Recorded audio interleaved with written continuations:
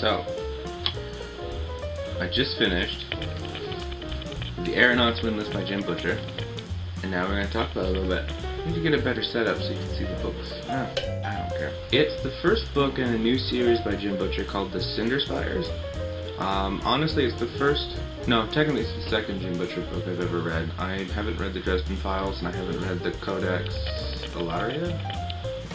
I think it's the other one he's written. I don't know. I haven't read those two, but so this book, first off, airship battles. Second, magic crystals.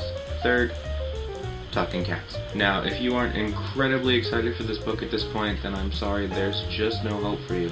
It's an exciting, fast-paced read with like lots of hand-to-hand combat and airship battles, and it's got a quick pace from start to finish. So you'll sit down, you want to read the whole thing in a single sitting like I wanted to do, but couldn't because I have a job and things. The world in the book, while it didn't go into a whole lot of detail in this installment, has a lot of potential to be expanded on, and I can't wait to see what he does with it later on in the series.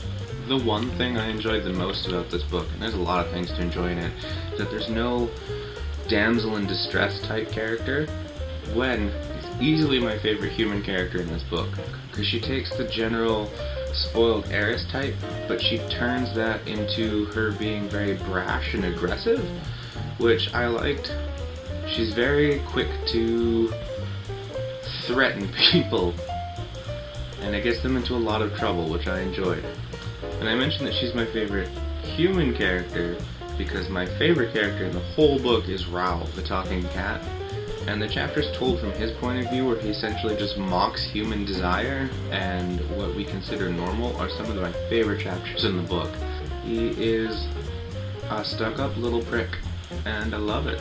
Also, the chapters where the cats do combat makes me realize how terrifying, like, even house cats in fights would be. Like, if they all teamed up on you. Ooh, it ain't pretty. While the plot itself isn't anything that new and exciting, it fits the tone of the book pretty well. You know, the whole fractured world and a war brewing. Or no, not brewing. Oh yeah, I guess brewing. But a war breaking out between factions in this broken world. And the world itself has a lot of potential, and it seems like it's going to be very interesting.